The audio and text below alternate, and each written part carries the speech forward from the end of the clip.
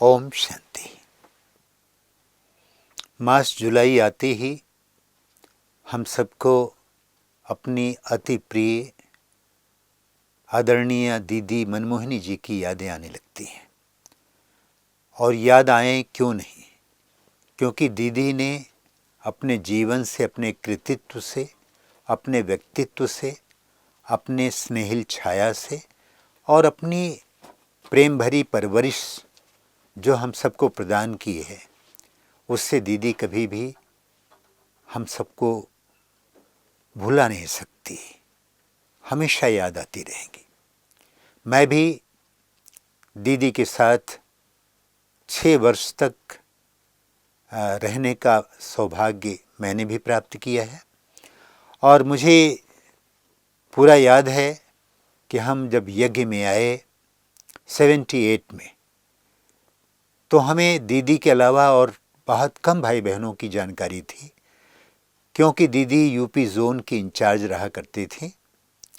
तो हमारा सीधा सा कनेक्शन दीदी के साथ था। मैं जो अंतरंग प्रसंग है, एक घटना सुनाता हूँ कि एक बार जब शुरू में ही आया मैं, तो बाबा की कुटिया के पास, बाबा के कमरे के पास जो आम का पेड़ है, वहाँ पर दीदी से मेरी मुलाकात हो गई।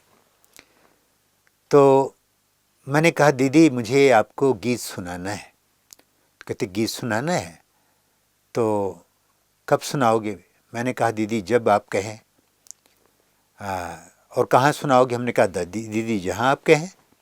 तो दीदी अपने कमरे में लेकर गई और दरवाज़ा बंद, और हम और दीदी बैठे। मुझे और याद नहीं है, इतना बहुत पहले की बात हो गई, कोई और साथ में था या नहीं। फिर दीदी को मैंने 1-2 गीत सुनाया, दीदी को अच्छा लगा।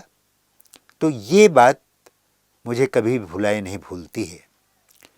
दीदी जी को मैंने देखा, उनके गुणों को साकार देखा। जो सबसे महत्वपूर्ण बात रही है कि जो मुझे हमेशा सहयोग करता है, मदद करता है, और जिसको मैं महत्वपूर्ण ज़्यादा समझता भी हूँ, वो है अमृत वेला। ये बहुत अच्छी बात है कि बाबा की मदद है, ईश्वरीय देन है कि जब से मैं मधुबन में आया, तब से कभी अमृत वेले को अपने ध्यान में कभी मैंने मिस नहीं किया। और इसके कारण बाबा का, दादियों का बहुत स्नेह मिला, मुझे बड़ी अच्छी परवरिश मिली। मुझे विदेशी भाई बहनें हंसी में अमृत वेला ब्रदर बोलते हैं, अमृत वेला ब्रदर, क्योंकि मैं हूँ मधुबन में या नहीं हूँ, इसका पता जो है अमृत वेले लग जाता है कि अगर मैं अमृत वेला दिखाई पड़ता हूँ तो इसका मतलब मैं मधुबन में हूँ, और हूँ तो ज़रूर रहूँगा सामने। ये मैंने सीखा दीदी मनमोहिनी से। मैंने देखा एक दिन रात को 11 बजे, 11:30 बज गए होंगे, मैं जा रहा था विश्राम के लिए, और दीदी जो है उस समय पर आई सिरोही से, और कोई सेवा पर गई होंगी दीदी जी। और जब देखा कि मैंने कि इतनी रात को दीदी आई हैं, तो मैं भी विश्राम के लिए गया, दीदी भी विश्राम पर गई। लेकिन सवेरे जब मैं योग में बैठता हूँ तो देखता हूँ दीदी सामने बैठी है पहले से। तो मैंने सोचा रात को 11:30 बजे तक आई, कब सोई होंगी। लेकिन सवेरे सवेरे मैं देख रहा हूँ, एक तरफ विश्वरतन दादा बैठे हैं, एक तरफ दीदी बैठी है। तो दीदी और दादा, इन दोनों को योग की जो रुचि है, जो इंटरेस्ट है, और जो इतनी लगन के साथ कर रहे हैं, इतनी उम्र में भी करती आ रहे हैं, इसने मुझे बहुत ही प्रेरित किया। और उसका रिजल्ट रहा कि तब से ही मैंने संकल्प कर लिया कि मुझे मधुबन निवासी बनने के बाद कभी भी अमृत वेला मिस नहीं करना है।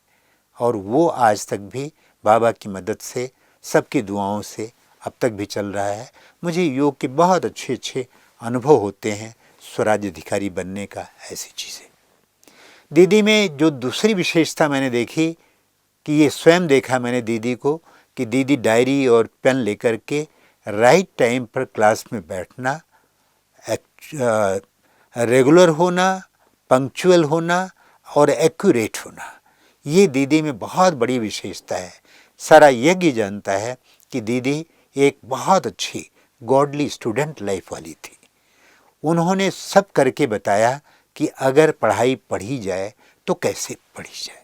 इसलिए दीदी को मुरली की गोपी मस्तानी भी कहते हैं कि जिस तरह से बाबा की मुरली को दत्तचित्त होकर सुनना, पॉइंट्स नोट करना, उसमें से क्वेश्चन आंसर निकालना और फिर औरों से चलते चलते पूछ लेना, पार्टीज आ रही हैं उनसे बात करना, उसी के ऊपर होमवर्क करना, तो ये दीदी की बहुत बड़ी विशेषता थी।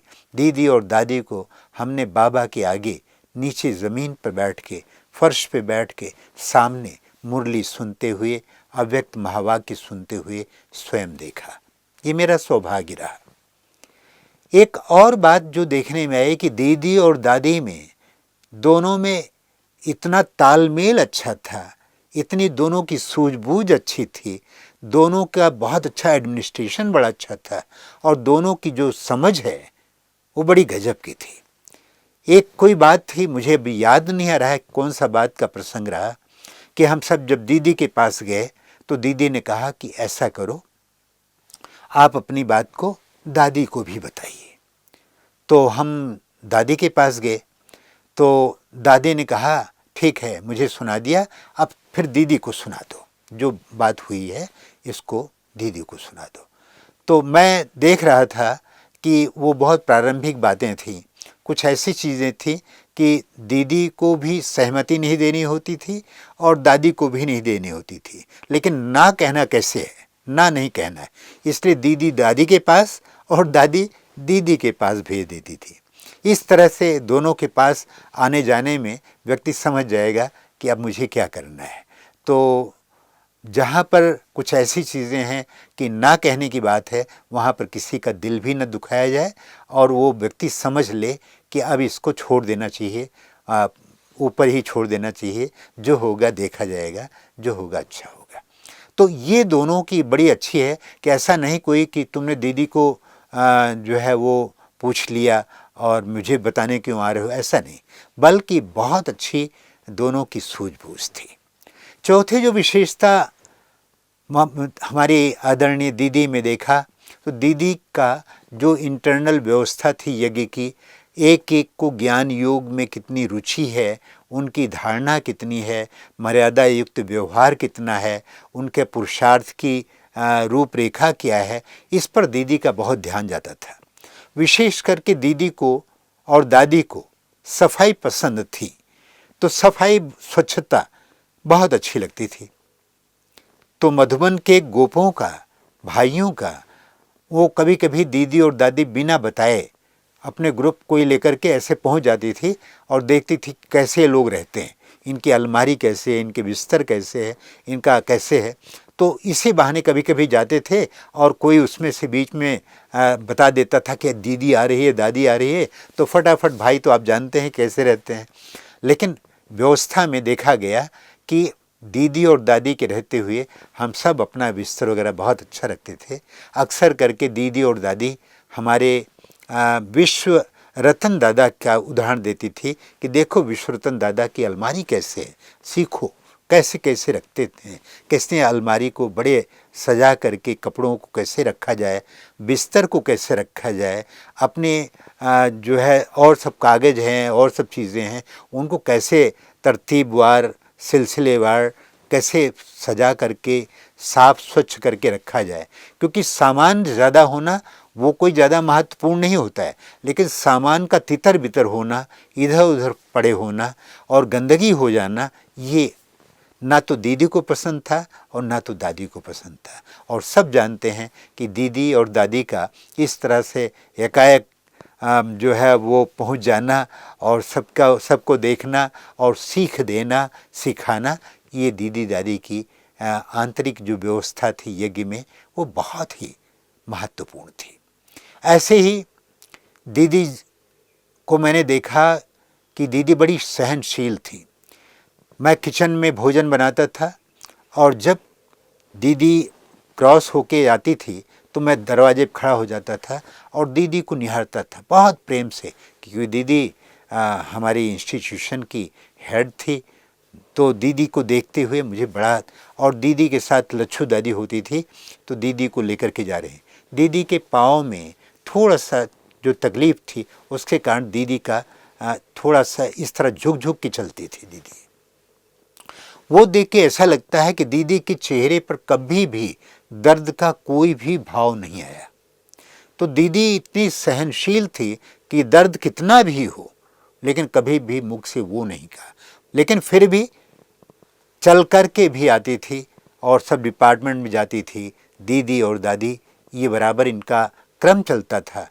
दीदी के बाद तो दादी ने कितने वर्षों तक स्वयं दादी को भोजन के बाद निकल के आना और देखना, थोड़ा सा भोजन की तरफ देखना कि कैसे सब ठीक ठाक है। भोजन जो बन रहा है, बड़ी दादी जी अपने डाइनिंग रूम में वहाँ का सैंपल मंगाती थी, देखती थी कि कैसा भोजन बना है, क्या अच्छा है, क्या कैसा है, और कुछ उसमें सुझाव देना होता था। तो दादी को भी मैंने देखा कि दादी बड़ी रुचि थी इसमें, और दीदी की भी इसमें बहुत रुचि थी। यूँ तो कहने को बहुत ढेर सारी विशेषताएं थीं। दीदी और दादी को आंगन में मधुबन के हमने हंसते और बहलते देखा। आज जब वो चित्र को देखते हैं तो यही मन में ख्याल में आता है कि हर बात भूल जाए पर ये बात नहीं भूलेगी, दीदी दादी की जोड़ी की तो याद नहीं भूलेगी, दीदी दादी की जोड़ी की तो याद नहीं भूलेगी। दीदी मनमोहिनी जी, उन्होंने सबके मन को मोह लिया। मुझे बहुत प्यार मिला, करीब रहा, बस केवल एक संकोच रहा, और आज तक भी मन को एक बात कचोटती रही। वो ये रहा कि मैं दीदी को बड़ी गरिमा युक्त, बड़े भावपूर्ण दृष्टि से मैं देखता था कि दीदी कितनी महान है। लेकिन क्यों नहीं ये समझा मैंने कि दीदी अब हमारे पास, हमारे बीच में अधिक समय तक नहीं रहेंगी, और मुझे उनसे और मिलना चाहिए, और करीब आना चाहिए, और बातें कर लेना चाहिए था, और हंस लूँ, बहल लूँ, दीदी की समीपता ले लूँ, उनके सानिध्य में आ जाऊँ, कुछ यादगार पल और बिता लूँ। ये नहीं हो सका। इस बात की आज तक भी कमी मन को कचोटती रहती है कि 6 वर्ष कम नहीं होते हैं, उनमें बहुत लाभ लिया जा सकता था। लेकिन काश कि वक्त ठहर जाता, दीदी भी होती, उनके साथ और भी पल होते। शेष जो भी हुआ वो विश्व नाटक की अविनाशी नून थी। लेकिन इनको देखकर हमारा मन, हमारा मस्तक गर्व से ऊंचा हो जाता है, मन प्रफुल्लित हो जाता है कि अगर जीना है तो ऐसे जिया जाए जिसको सारा संसार याद करता रहे। कुछ काम करो, जग में रहकर कुछ नाम करो, मरने के बाद मरणोत्तर गुंजित गान रहे। तो ये हमेशा हमें लक्ष्य रख करके अपने जीवन को भी ऐसे बनाना है जैसे हमारी दीदी जी ने जिया। जिए तो ऐसे जिए। ओम शांति।